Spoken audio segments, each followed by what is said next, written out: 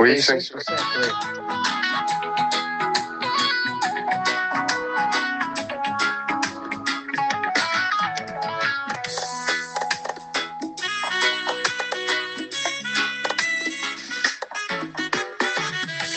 Un peuple opprimé n'a pas le droit de dormir. Un peuple affamé n'a pas le droit de reculer. Réveillons-nous, Que tout le monde on ira jusqu'au bout. Je dis on ira jusqu'au bout. On ira jusqu'au bout.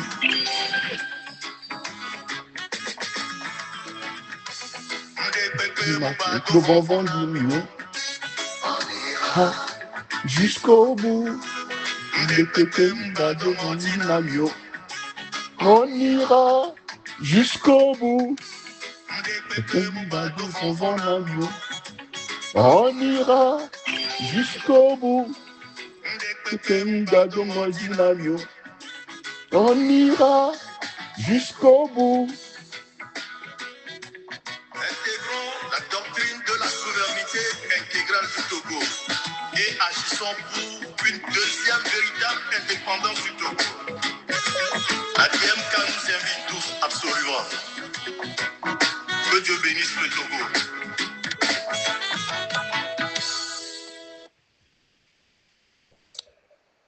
Oui, la DMK invite tout le monde, tous les enfants du Togo, à l'audace souverainiste. L'audace souverainiste qui convoque indubitablement l'éthique, car on ne peut parler de souveraineté sans parler de la vérité qui est l'essence même de la vie. Dans notre talk de ce soir, nous avons défini 3 axes. Et le deuxième axe relève que la souveraineté spirituelle et la libération des âmes est le socle d'une véritable souveraineté et de l'âge d'or de l'humanité. Avant toute chose, je nous convie à 1 minute de communion et de concorde avec tous les martyrs qui ont foulé la planète Terre depuis des éons, et spécialement avec le triumvirat sacrificiel de la République togolaise, que sont Sylvanus Olympio, Gabriel Agome Messan Kodjo et Philippe Fanoko Bodro. 1 minute de communion avec toutes ces âmes qui ont émané leur lumière pour que soient ancrées les empreintes de la souveraineté à jamais et que l'humanité se réveille, particulièrement le peuple togolais, dans un réveil de lumière,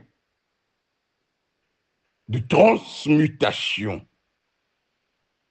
pour manifester le démochrist. Alors, honorons toutes ces mémoires.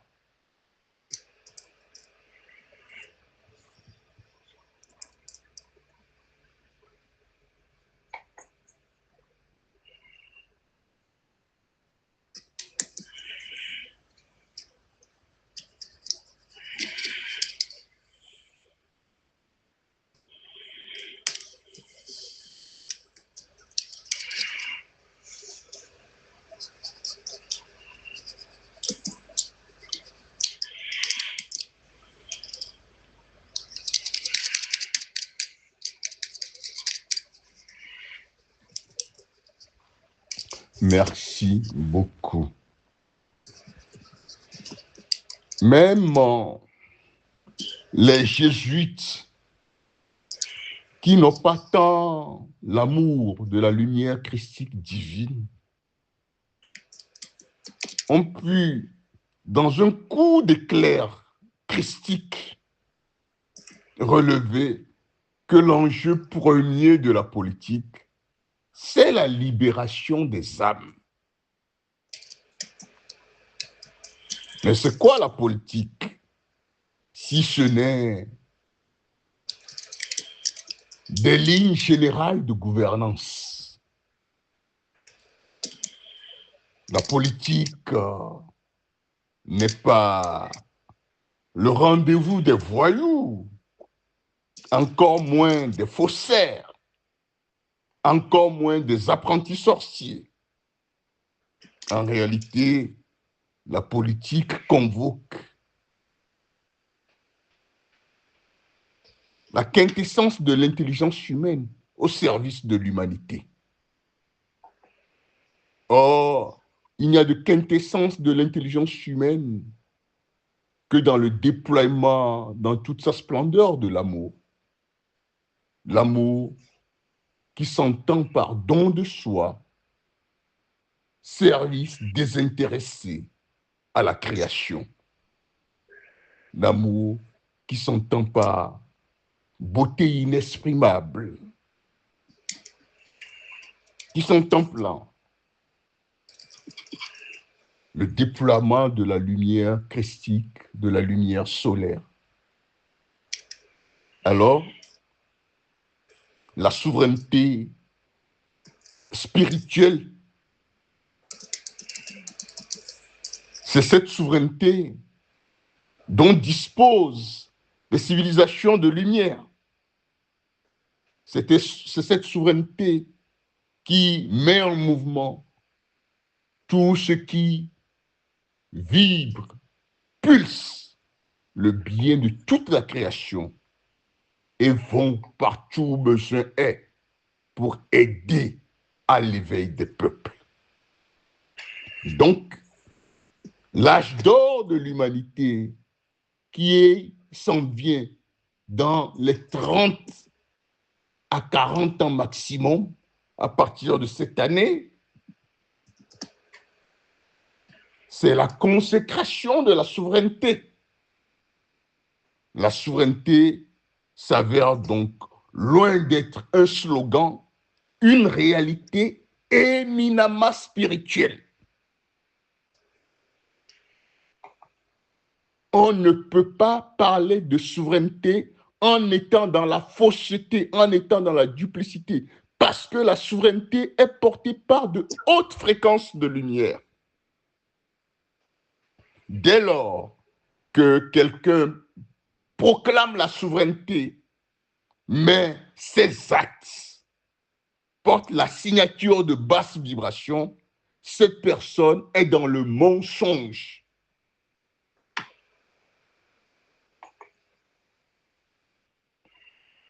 Quand on parle de souveraineté, avant d'aller au macro, il faut commencer par le micro, puisque dans le micro, Dieu a condensé le macro. En l'espèce, dans le débat de ce soir, en parlant des peuples, le micro au niveau d'un peuple, c'est un individu. Donc, la souveraineté des peuples s'entend d'abord par la souveraineté individuelle. Comment peut-on parler de souveraineté des peuples dans le bafouement de la dignité humaine? Comment peut-on parler d'être des acteurs d'une Afrique nouvelle, de la renaissance africaine, en violant, en méprisant la souveraineté des peuples africains? L'heure n'est plus au mensonge. Le 17e commandement de la loi de lundi, à leurs fruits, vous les reconnaîtrez. Quel donc est le fruit des politiques africains en cette saison? Hier, le 18 avril à Lomé, l'humanité tout entière a été témoin du grand cirque, du grand psychodrame qui s'est tenu en terre togolaise, le sanctuaire des psychodrames, le grand cirque satanique de l'humanité. Les clowns ont encore produit à couper le souffle hier de façon effarante. L'humanité a été témoin de la grande comédie dénommée la nouvelle stratégie diplomatique du Togo vers l'AES. Ironie du sort, un cadre de l'AES m'écrit ce soir que le Niger est furieux que leur ministre des Affaires étrangères a lu une communication et que lui a soumis par contrainte Robert Dussé. Trêve de duplicité. C'est dommage que l'AES, qui inspire, finalement semble donner raison à ses détracteurs. C'est dommage que l'AES, qui doit être le symbole de la cohérence doctrinale,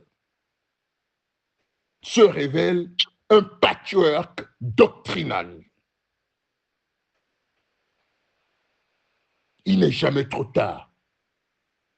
Il n'est jamais trop tard. Il n'est jamais trop tard.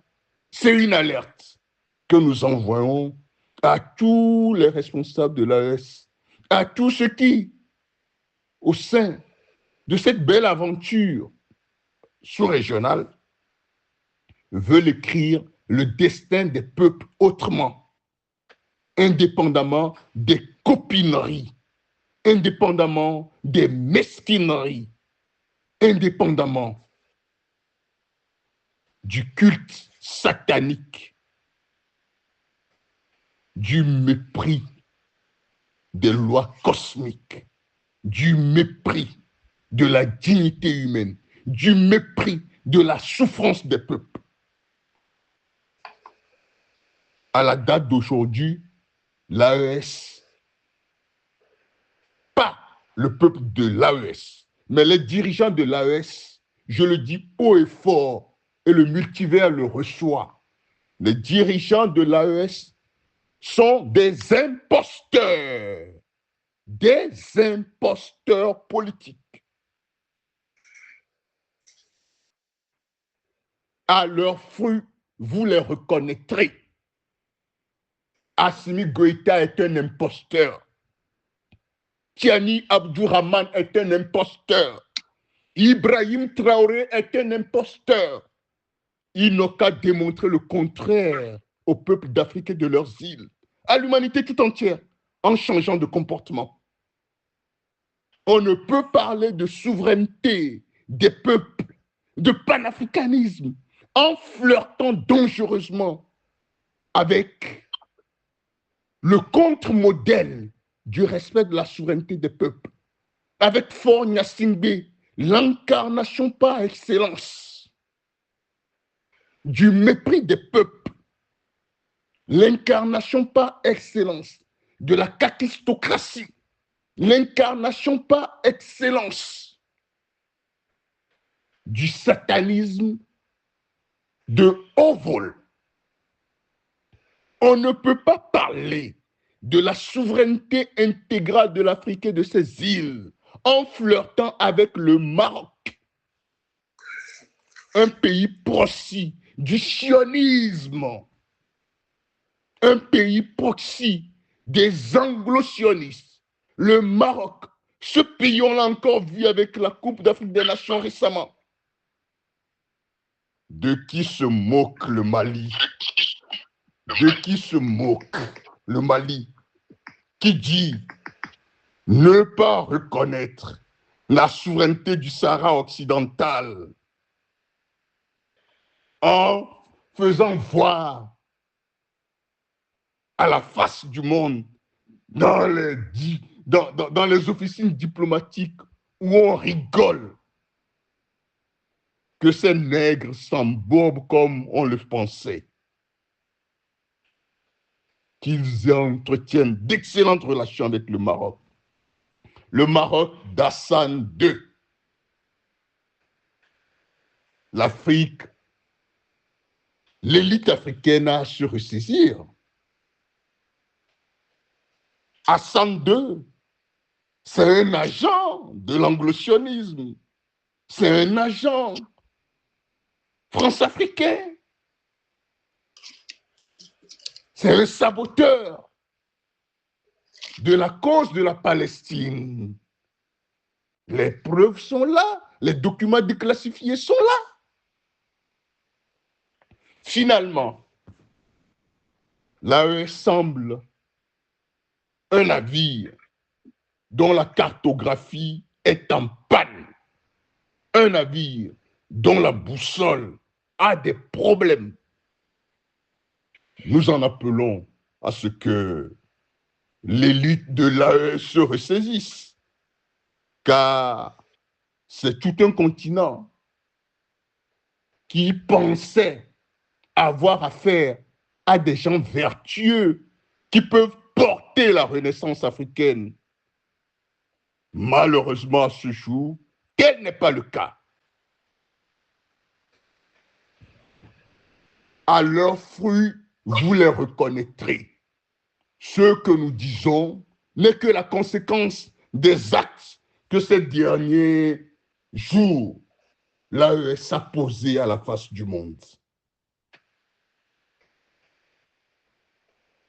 La souveraineté des peuples, leur sécurité stratégique et la solidarité entre les peuples d'Afrique et de leurs îles et du Sud global. Tel est le triptyque fondamental du panafricanisme. Comment l'AES le démontre? Nous pensons que l'AES doit se ressaisir parce que en ce 21e siècle, en cette ère du Verseau, la renaissance africaine ne se fera pas avec de l'amateurisme. La renaissance africaine ne se fera pas avec du pilotage à vue. La renaissance africaine ne se fera pas comme un patchwork. La renaissance africaine doit être mue, bâtie sur une doctrine claire, sur de la cohérence interne. La renaissance africaine ne sera pas à double standard. L'AES décrit le comportement à géométrie variable des impérialistes, mais lui-même se prévaut d'un comportement à géométrie variable sur les fondamentaux du panafricanisme et de l'éthique souverainiste. Trêve d'imposture. Le gouvernement légitime du Togo, en son âme et conscience, rappelle au peuple togolais que le bascule souverainiste du 22 février 2020 n'autorise guère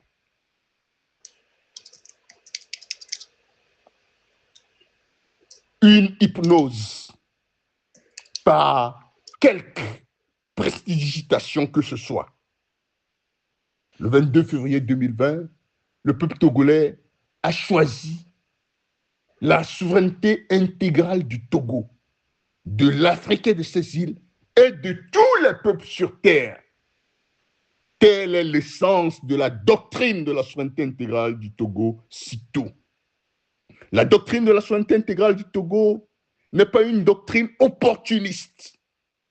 C'est une doctrine qui vise le bien-être, non seulement du peuple togolais, mais de tous les peuples d'Afrique et de ses îles et de tous les peuples sur terre.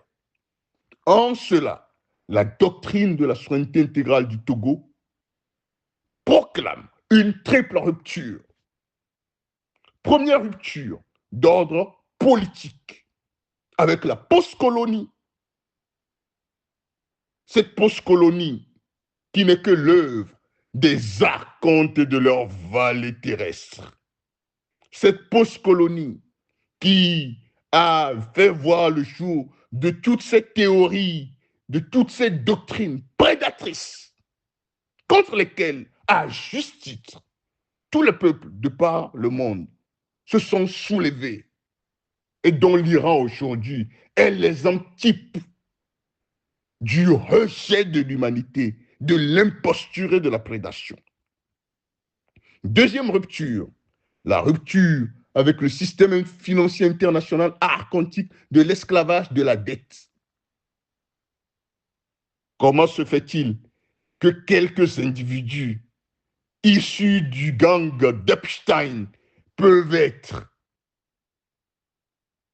les propriétaires des richesses de l'humanité? Comment peut-on expliquer ça? Comment se fait-il que quelques individus peuvent prendre du papier, imprimer de la monnaie et donner ça à des pays qui ont des richesses et dire que ces richesses leur appartiennent? L'humanité, en cette ère du Verseau, où les assises uraniennes qui vont consacrer un niveau de conscience élevé dans l'humanité, d'ailleurs catalyse sur laquelle travaille merveilleusement bien le vaisseau cosmique 3i Atlas, que nous saluons, que nous remercions pour le magnifique travail de catalyse et de transformation en cours sur toute la planète Terre. Nous disons que le 18e commandement de la loi d'Un, qui interdit l'esclavage, en cette saison, en ce moment où Uranus a tout son rôle à jouer, la planète Uranus, de l'éveil des consciences, tous les peuples ne veulent plus que ce 18e commandement de la loi de l'un ou des lois de l'équilibre soit enfreint, c'est-à-dire l'esclavage que Dieu a rejeté ne doit plus avoir de valeur ni de raison d'être sous quelque cieux que ce soit. Donc, le deuxième élément du triptyque de la souveraineté intégrale du Togo, c'est la rupture totale avec le système archontique de l'esclavage de la dette pour promouvoir le système Christ-Or qui consacre l'or comme la monnaie de réserve mondiale, comme la valeur par excellence des transactions commerciales. Troisième élément de ce triptyque de la doctrine Cîteaux, qui a le souci non seulement du Togo, mais de tous les peuples d'Afrique et de leurs îles, et de tous les peuples sur Terre, c'est la rupture avec le système énergétique actuel. Oui, on parle beaucoup de la pollution environnementale. On parle beaucoup des atteintes à la nature et aux droits humains. On parle beaucoup des limitations des énergies fossiles. Mais bien entendu, il y a d'autres formes d'énergie plus fiables, plus puissantes, à zéro coût. C'est surtout ça l'intérêt. À zéro coût, l'énergie quantique, l'énergie libre. Le gouvernement légitime du Togo estime que la société de l'âge d'or de l'humanité ne peut plus reposer sur une énergie contrôlée qui détruit la vie, qui détruit notre mère, la terre, qui a une conscience vivante qui nous porte par ses forages. D'où la promotion, et nous donnerons toutes les facilités à tous ceux qui accepteront de travailler sur le développement de l'énergie libre et de la propulsion antigravitationnelle. Parce que le Créateur a libéré l'humanité. Et maintenant, il nous est donné la permission de traverser toutes les barrières pour nous amuser dans tous les multivers. Mais comment irons-nous au-delà de l'univers de Nébadon et explorer tous les multivers si nous ne maîtrisons pas la propulsion antigravitationnelle? Le gouvernement légitime du Togo, dans la doctrine de la souveraineté intégrale du Togo, a adopté comme dernier élément du triptyque le développement de l'énergie libre et de la propulsion antigravitationnelle. C'est dire que Monseigneur Kodjo, Agbeomeme San Kodjo, à la suite de Sylvanus Olympio, ont compris que le bonheur du peuple togolais doit rimer le bonheur de toute l'Afrique et de ses îles et de tous les peuples sur Terre. Telle est véritablement l'éthique souverainiste. L'éthique souverainiste, c'est la promotion de la loi de l'un ou les lois de l'équilibre. Un pour tous, tous pour un. C'est ça l'éthique souverainiste. C'est ça que l'AES est incapable pour le moment de démontrer. Trêve d'imposture. Trêve d'imposture. Trêve d'imposture. Il n'est jamais trop tard pour mieux faire. Quant à Robert Doucet, à Fort Gnassingbé et à leur gang, nous leur disons, le jour est déjà levé, le soleil brille trop pour encore vouloir mentir, car tout est éclairé par la puissance de la lumière solaire christique en ce moment.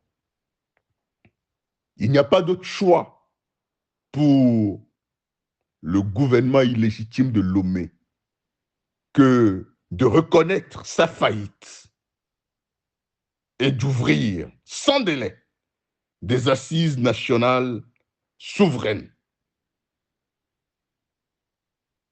de proclamer une amnistie générale avec des garanties sécuritaires pour tous ceux qui sont exilés et libérer tous les prisonniers politiques sans condition,